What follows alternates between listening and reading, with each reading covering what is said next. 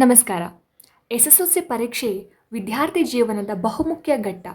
ಮುಂದೆ ಏನಾಗಬೇಕು ಅನ್ನುವಂತಹ ವಿದ್ಯಾರ್ಥಿಯ ಗುರಿ ಭವಿಷ್ಯವನ್ನು ನಿರ್ಧಾರ ಮಾಡೋದ್ರಿಂದ ಇದನ್ನು ಜೀವನದ ಪ್ರಮುಖ ತೀರ್ವು ಅಂತ ಪರಿಗಣನೆ ಮಾಡಲಾಗುತ್ತೆ. ಈ ಪರೀಕ್ಷೆಯನ್ನು ವಿದ್ಯಾರ್ಥಿ ಹೇಗೆ ಎದುರಿಸ್ತಾನೆ ಅನ್ನೋದ್ರ ಮೇಲೆ ವಿದ್ಯಾರ್ಥಿಯ ಭವಿಷ್ಯ ನಿರ್ಧಾರ ಆಗುತ್ತೆ. ಇವಾಗಂತೂ ಎಷ್ಟು ಮಾರ್ಕ್ಸ್ ತೊಗೊಂಡ್ರೂ ಕೂಡ ಕಡಿಮೆ ಅನ್ನುವಂತಹ ಪರಿಸ್ಥಿತಿ ನಿರ್ಮಾಣವಾಗಿಬಿಟ್ಟಿದೆ.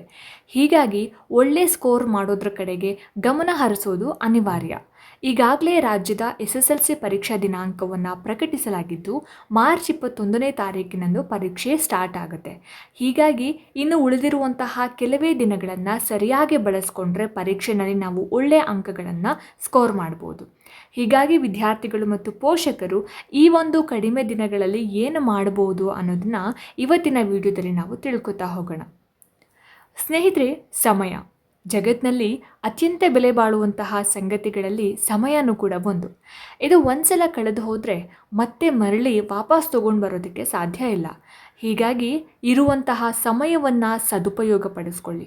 ಬೇರೆ ಎಲ್ಲ ವಿಚಾರಗಳನ್ನು ತಾತ್ಕಾಲಿಕವಾಗಿ ಮರೆತು ಅಧ್ಯಯನದ ಕಡೆಗೆ ಸಂಪೂರ್ಣ ಗಮನವನ್ನು ಕೇಂದ್ರೀಕರಿಸಿ. ಇನ್ನು ಪ್ರಮುಖ ವಿಷಯಗಳನ್ನು ನೋಟ್ಸ್ ಮಾಡಿ ಇಟ್ಕೊಳ್ಳಿ.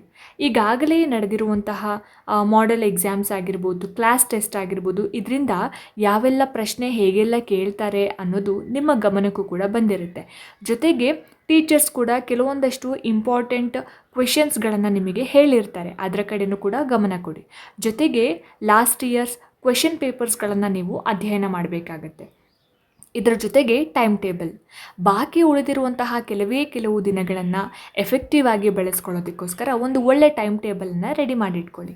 ಪ್ರತಿ ವಿಷಯಕ್ಕೆ ಇಂತಿಷ್ಟು ಸಮಯ ಅನ್ನೋದನ್ನು ನಿಗದಿಪಡಿಸಿ ಅದರ ಹಾಗೆಯೇ ನೀವು ಸ್ಟಡಿಯನ್ನು ಸ್ಟಾರ್ಟ್ ಮಾಡಿ. ಟಫ್ ಸಬ್ಜೆಕ್ಟ್ಗಳಿಗೆ ಸ್ವಲ್ಪ ಹೆಚ್ಚಿನ ಸಮಯವನ್ನು, ಸುಲಭ ವಿಷಯಗಳಿಗೆ ಸ್ವಲ್ಪ ಕಡಿಮೆ ಸಮಯವನ್ನು ನಿಗದಿ ಮಾಡಿ ಇಟ್ಕೊಳ್ಳಿ. ಯಾವುದೇ ಕಾರಣಕ್ಕೂ ಈ ಟೈಮ್ ಟೇಬಲನ್ನು ನೀವು ಕಡೆಗಣಿಸೋ ಹಾಗಿಲ್ಲ. ನಿರಂತರವಾಗಿ ಓದೋದ್ರಿಂದ ಒತ್ತಡ ಉಂಟಾಗುವಂತಹ ಸಾಧ್ಯತೆ ಇರುತ್ತೆ. ಹೀಗಾಗಿ ಮಧ್ಯೆ ಸ್ವಲ್ಪ ಫ್ರೀ ಮಾಡಿಕೊಳ್ಳಿ. ಇದಕ್ಕೋಸ್ಕರ ಪೋಮೋಡೋರ್ ತಂತ್ರಜ್ಞಾನವನ್ನು ಬಳಸಿ. ಅಂದರೆ 25ರಿಂದ 30 ನಿಮಿಷ ಓದೋದು, 5 ನಿಮಿಷ ಬ್ರೇಕ್ ತೊಗೊಳ್ಳಿ. ಬ್ರೇಕ್ ಟೈಮಲ್ಲಿ ನೀವು ಮೊಬೈಲ್, TV ನೋಡದೆ ಒಂದಿಷ್ಟು ವಾಕ್ ಮಾಡಿ, ಶುದ್ಧ ಗಾಳಿಯನ್ನು ಸೇವಿಸಿ. ಹಾಗೆಯೇ ಬರೆದು ಕಲಿಬೇಕು. ಓದಿ ಮನನ ಮಾಡುವ ಜೊತೆಗೆ ಬರೆದು ಕಲಿಯಿರಿ. 2ರಿಂದ 3 ಗಂಟೆ ಓದಿ ಆಮೇಲೆ ಅದನ್ನು ಬರೆದು ಅಭ್ಯಾಸ ಮಾಡಿ. ಎಲ್ಲ ಸಬ್ಜೆಕ್ಟ್ಗಳನ್ನ ಬರೆದು ಕಲಿಯೋದ್ರಿಂದ ಎಫೆಕ್ಟಿವ್ ಆಗಿ ನೀವು ಅದನ್ನು ಅರ್ಥ ಮಾಡ್ಕೊಳ್ಬೋದು. ಅದರಲ್ಲಿಯೂ ಕೂಡ ಗಣಿತ, ವಿಜ್ಞಾನ ವಿಷಯಗಳನ್ನು ಬರೆದೇ ಅಧ್ಯಯನ ಮಾಡಬೇಕಾಗತ್ತೆ. ಪರೀಕ್ಷೆಗೆ ನಿಗದಿತ ಸಮಯ ಇರೋದ್ರಿಂದ ಕಾಲಮಿತಿಯೊಳಗೆ ಬರೆಯೋದನ್ನು ನಾವು ಅಭ್ಯಾಸ ಮಾಡ್ಕೊಳ್ಬೇಕಾಗತ್ತೆ. ಇನ್ನು ಈ ಬರೆಯುವಂತಹ ಕೌಶಲ್ಯವನ್ನು ನಾವು ವೃದ್ಧಿ ಮಾಡ್ಕೊಳ್ಬೇಕು. ಉತ್ತರ ಗೊತ್ತಿದ್ರೂ ಕೂಡ ಕೆಲವೊಂದ್ಸಲ ಅದನ್ನು ಎಫೆಕ್ಟಿವ್ ಆಗಿ ವ್ಯಕ್ತಪಡಿಸೋದ್ರಲ್ಲಿ ನಾವು ಸೋತು ಹೋಗ್ತೀವಿ. ಇದರಿಂದ ಏನಾಗುತ್ತೆ, ಕಡಿಮೆ ಮಾರ್ಕ್ಸ್ ಸ್ಕೋರ್ ಮಾಡುವಂತಹ ಸಾಧ್ಯತೆ ಇರುತ್ತೆ. ಹೀಗಾಗಿ ನೀಟಾಗಿ ಬರಿಬೇಕಾಗುತ್ತೆ. ಬುಲೆಟ್ ಪಾಯಿಂಟ್, ಸಬ್ ಹೆಡ್ಡಿಂಗನ್ನು ಬಳಸಬೇಕಾಗುತ್ತೆ. ಕೆಲವೊಂದು ಮುಖ್ಯ ಅಂಶಗಳಿಗೆ ನಾವು ಅಂಡರ್ಲೈನ್ನ ಹಾಕಬೇಕಾಗತ್ತೆ. ಇನ್ನು ಗಣಿತ ಪರೀಕ್ಷೆಯನ್ನು ಬರೀಬೇಕಾದ್ರೆ ಸ್ಟೆಪ್ನತ್ತ ನಾವು ಗಮನ ಹರಿಸಬೇಕಾಗತ್ತೆ. ಇನ್ನು ಸೋಷಿಯಲ್ ಸೈನ್ಸ್ ಎಕ್ಸಾಮ್ಗಳಲ್ಲಿ ನಾವು ಇಸ್ವಿಗಳನ್ನು ಬಾಯ್ಪಾಠ ಮಾಡಿ, ಇನ್ನು ವಿಜ್ಞಾನ ವಿಷಯಕ್ಕಾಗಿ ನಾವು ಡಯಾಗ್ರಾಮ್ಗಳನ್ನು ಅಭ್ಯಾಸ ಮಾಡಬೇಕಾಗತ್ತೆ. ಇನ್ನು ನಿಮಗೆ ಏನೇ ರೀತಿಯಾದಂತಹ ಸಂಶಯ ಇದ್ದರೂ ಕೂಡ ಶಿಕ್ಷಕರ ಬಳಿ ಕೇಳಿ ಪರಿಹಾರ ಮಾಡ್ಕೊಳ್ಬೇಕಾಗತ್ತೆ. ಇದಕ್ಕಾಗಿ ನೀವು ಆನ್ಲೈನ್ ಸಹಾಯವನ್ನು ಕೂಡ ಪಡ್ಕೊಳ್ಬೋದು. ಇದೆಲ್ಲದರ ಜೊತೆಗೆ ಆರೋಗ್ಯದ ಕಡೆಯೂ ಕೂಡ ನೀವು ಗಮನ ಹರಿಸಬೇಕಾಗತ್ತೆ. ಕಠಿಣ ಅಭ್ಯಾಸ ನಡೆಸಿ ಪರೀಕ್ಷೆ ವೇಳೆ ಆರೋಗ್ಯ ಕೈಕೊಟ್ಟರೆ ನೀವು ಪಟ್ಟಂತಹ ಶ್ರಮ ಎಲ್ಲವೂ ಕೂಡ ವೇಸ್ಟ್ ಆಗಿಬಿಡುತ್ತೆ. ಹೀಗಾಗಿ ನಿಮ್ಮ ಹೆಲ್ತ್ ಬಗ್ಗೆಯೂ ಕೂಡ ನೀವು ಗಮನ ಹರಿಸಬೇಕಾಗತ್ತೆ. ದಿನನಿತ್ಯ ಕನಿಷ್ಠ 7 ಗಂಟೆಗಳ ಕಾಲ ನೀವು ನಿದ್ದೆ ಮಾಡಬೇಕಾಗತ್ತೆ. ಜಂಕ್ ಫುಡ್ ಬೇಡವೇ ಬೇಡ. ಸಾಕಷ್ಟು ನೀರನ್ನು ಕುಡಿಯೋದ್ರಿಂದ ನಿಮ್ಮ ಆರೋಗ್ಯವನ್ನು ಸುಸ್ಥಿತಿಯಲ್ಲಿ ಇಡ್ಬೋದು. ಇನ್ನು ಗ್ರೂಪ್ ಸ್ಟಡಿ ಮಾಡ್ಕೊಳ್ಳಿ. ನಿಮ್ಮ ಫ್ರೆಂಡ್ಸ್ ಜೊತೆ ಸೇರಿಕೊಂಡು ನೀವು ಗ್ರೂಪ್ ಸ್ಟಡಿ ಮಾಡೋದ್ರಿಂದ ಸಂಶಯವನ್ನು ಸುಲಭವಾಗಿ ಪರಿಹರಿಸ್ಕೊಳ್ಬೋದು. ಹಾಗಂತ ಸ್ನೇಹಿತರೆಲ್ಲ ಒಂದೇ ಕಡೆ ಸೇರೋದ್ರಿಂದ ಹಾಡು ಹರಟೆಯಲ್ಲೇ ಸಮಯ ವ್ಯರ್ಥ ಆಗೋಗ್ಬಿಡುತ್ತೆ. ಹಾಗೆಲ್ಲ ಮಾಡ್ಕೊಳ್ಬೇಡಿ. ಅದಕ್ಕಾಗಿ ಪರೀಕ್ಷೆ ಕಳೆದು ಬರ್ತಿ 2 ತಿಂಗಳು ರಜಾ ನಿಮಗಾಗಿನೇ ಕಾದಿರುತ್ತೆ. ಆವಾಗ ಹಾಡು, ಹರಟೆ, ಡ್ಯಾನ್ಸ್ ಎಲ್ಲವೂ ಕೂಡ ಮಾಡ್ಕೊಳ್ಳಿ. ಇನ್ನು ಕೆಲವರು ಅಪ್ಪ ಅಮ್ಮ ಶಿಕ್ಷಕರು ಬೈತಾರೆ ಅನ್ನೋ ಕಾರಣಕ್ಕೆ ನೆಪ ಮಾತ್ರಕ್ಕೆ ಬುಕ್ಸನ್ನು ಇಟ್ಕೊಂಡು ಓದೋ ಥರ ಡ್ರಾಮಾ ಮಾಡ್ತಾರೆ. ಇದರಿಂದ ಯಾವುದೇ ಪ್ರಯೋಜನ ಆಗೋದಿಲ್ಲ. ಒಳ್ಳೆ ಮಾರ್ಕ್ಸನ್ನು ಗಳಿಸ್ತೀನಿ ಅನ್ನುವಂತಹ ದೃಢ ನಿರ್ಧಾರವನ್ನು ತಗೊಂಡು ನಿಮಗಾಗಿಯೇ ನೀವು ಓದ್ಕೊಳ್ಬೇಕಾಗುತ್ತೆ. ಇದರಿಂದ ಏಕಾಗ್ರತೆ ಕೂಡ ಮೂಡುತ್ತೆ. ಇನ್ನು ಪೇರೆಂಟ್ಸಿಗೆ ಕೆಲವೊಂದು ಟಿಪ್ಸ್ ಏನಪ್ಪ ಅಂದರೆ, ಮಕ್ಕಳನ್ನು ಪರೀಕ್ಷೆಗೆ ಸಿದ್ಧಪಡಿಸುವಲ್ಲಿ ಪೋಷಕರ ಪಾತ್ರನೂ ಕೂಡ ಬಹಳನೇ ಇಂಪಾರ್ಟೆಂಟ್ ಆಗಿರುತ್ತೆ. ಅವರಿಗೋಸ್ಕರ ಒಂದಿಷ್ಟು ಸಮಯವನ್ನು ನೀವು ಕೊಡಬೇಕಾಗುತ್ತೆ. ಅವ್ರೇನು ಮಾಡಬೇಕು ಅನ್ನೋದರ ಸಲಹೆ ಇಲ್ಲಿದೆ ನೋಡಿ. ಪೌಷ್ಟಿಕಾಂಶಯುಕ್ತ ಆಹಾರವನ್ನು ನೀಡಬೇಕಾಗುತ್ತೆ. ಎಕ್ಸಾಮ್ ಟೈಮಲ್ಲಿ ಮಕ್ಕಳು ಮಾನಸಿಕವಾಗಿ ಒತ್ತಡವನ್ನು ಅನುಭವಿಸುವಂತಹ ಕಾರಣ ಅವರಿಗೆ ಪೋಷಕಾಂಶಯುಕ್ತ ಆಹಾರವನ್ನು ಒದಗಿಸಬೇಕಾಗತ್ತೆ.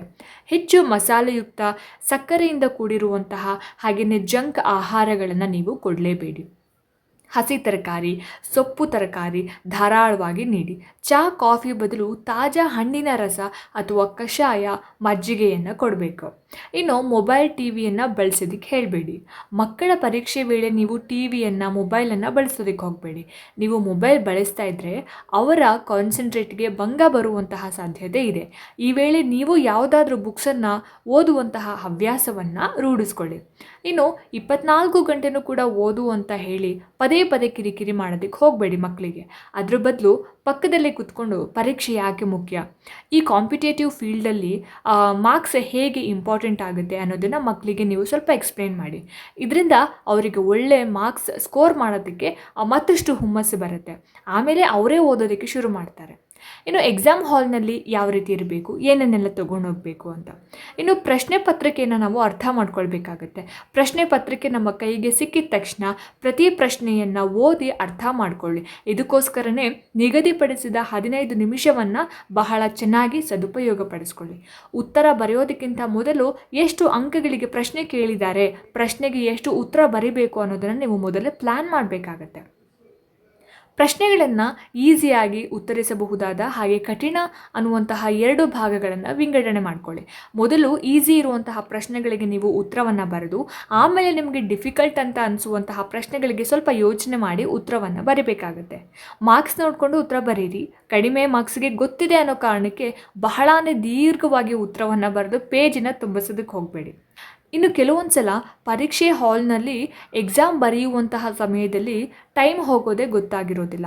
ಕಠಿಣ ಪರೀಕ್ಷೆಗೆ ಉತ್ತರ ಬರೆಯುವ ಧಾವಂತದಲ್ಲಿ ಸಮಯವನ್ನು ನಾವು ಗಮನದಲ್ಲಿ ಇಟ್ಕೊಳ್ಳೋದಿಲ್ಲ. ಈ ತಪ್ಪುಗಳನ್ನು ನೀವು ಮಾಡೋದಕ್ಕೆ ಹೋಗಬೇಡಿ. ಅವಾಗವಾಗ ಸಮಯವನ್ನು ಗಮನಿಸಿಕೊಳ್ಳೋದ್ರಿಂದ ಕೊನೆ ಕ್ಷಣದಲ್ಲಿ ನಿಮ್ಮ ಮೇಲೆ ಒತ್ತಡ ಬೀಳೋದಿಲ್ಲ. ಎಲ್ಲ ಪ್ರಶ್ನೆಗಳಿಗೂ ಕೂಡ ಉತ್ತರವನ್ನು ನೀಡೋ ಹಾಗೆ ಸಮಯ ಹೊಂದಾಣಿಕೆಯನ್ನು ಮಾಡಿಕೊಳ್ಳಿ. ಗೊತ್ತಿಲ್ಲದೆ ಪ್ರಶ್ನೆಗೆ ಚಿಂತಿಸುತ್ತ ಸಮಯವನ್ನು ನೀವು ವ್ಯರ್ಥ ಮಾಡಿಕೊಳ್ಬೇಡಿ. ಇನ್ನು ನಿಗದಿತ ಸಮಯಕ್ಕಿಂತ ಮೊದಲೇ ಪರೀಕ್ಷೆಯನ್ನು ಬರೆದು ಮುಗಿಸಿ. ಆಮೇಲೆ ಬರೆದಂತಹ ಉತ್ತರವನ್ನು ನೀವು ಕೂಲಂಕುಷವಾಗಿ ಪರಿಶೀಲನೆ ಮಾಡಿ. ಕಾಗುಣಿತ ತಪ್ಪಿದರೆ ಆ ವೇಳೆ ನೀವು ಸರಿಪಡಿಸ್ಕೊಳ್ಬೋದು. ಎಲ್ಲ ಪ್ರಶ್ನೆಗಳಿಗೆ ಪ್ರಶ್ನೆ ಸಂಖ್ಯೆ ಸರಿಯಾಗಿ ಹಾಕಿದ್ದೀನಾ ಅನ್ನೋದು, ಹಾಗೆಯೇ ರಿಜಿಸ್ಟರ್ ನಂಬರ್ ಬರೆದಿದ್ದೀನಾ ಅನ್ನೋದನ್ನು ನೀವು ಪರಿಶೀಲನೆ ಮಾಡಿಕೊಳ್ಳಿ. ಇಷ್ಟು ಅಂಶಗಳನ್ನು ನೀವು ಗಮನದಲ್ಲಿ ಇಟ್ಕೊಂಡು ನಿಮ್ಮ ಪರೀಕ್ಷೆಯನ್ನು ನೀವು ಬರೆಯೋದಕ್ಕೆ ಹೋದರೆ ಖಂಡಿತವಾಗ್ಲೂ ಕೂಡ ಈ ಸಲದ SSLC ಟಾಪರ್ ನೀವಾಗಿರ್ತೀರಾ. ಐ ಹೋಪ್ ಈ ವಿಡಿಯೋ ನಿಮಗೆ ಇಷ್ಟ ಆಗಿದೆ ಅಂತ. ಇಷ್ಟ ಆಯಿತು ಅಂತಂದರೆ ದಯವಿಟ್ಟು ಲೈಕ್ ಮಾಡಿ, ಹಾಗೆ ನಿಮ್ಮ ಎಲ್ಲ SSLC ಫ್ರೆಂಡ್ಸ್ಗೆ ಶೇರ್ ಮಾಡೋದನ್ನು ಮರಿಬೇಡಿ. ಜೊತೆಗೆ ಸಬ್ಸ್ಕ್ರೈಬ್ ಮಾಡ್ಕೊಂಡು ನೋಡಿ. ಇದೇ ರೀತಿ ಹೆಚ್ಚಿನ ವೀಡಿಯೋಸ್ಗಳಿಗೋಸ್ಕರ ನಿರಂತರವಾಗಿ ನನ್ನ ಚಾನಲನ್ನು ನೋಡ್ತಾ ಇರಿ. ಮುಂದಿನ ವೀಡಿಯೋಸ್ಗಳಲ್ಲಿ ನಾನು ನಿಮಗೆ ಸಿಗ್ತೀನಿ. ಅಲ್ಲಿ ತನಕ ಎಲ್ರಿಗೂ ನಮಸ್ಕಾರ.